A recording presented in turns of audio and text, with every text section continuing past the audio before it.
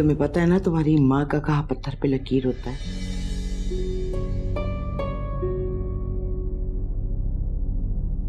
चाहे गुस्से में कहूं या नॉर्मली। और तुम यहाँ क्या खड़ी हुई हो?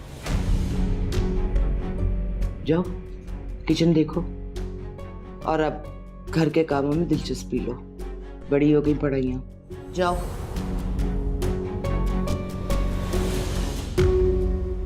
अम्मी, आप इतनी एक्सट्रीमिस्ट क्यों हैं? क्यों? तुमने कौन सी जिहादी तंजीम के साथ मेरे ताल्लुकात देख लिए?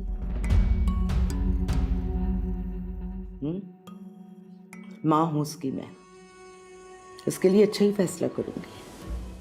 अम्मी, आप भी आम इंसान हैं। आम इंसान की तरह आप भी गलत फैसले और गलतियां कर सकती हैं।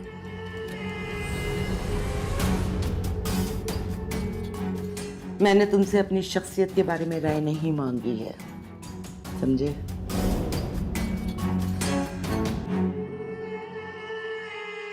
खैर बहरहाल, तुम भी आज ऑफिस नहीं जाओ, मेरे साथ अपने फ्रेंड के घर चलो।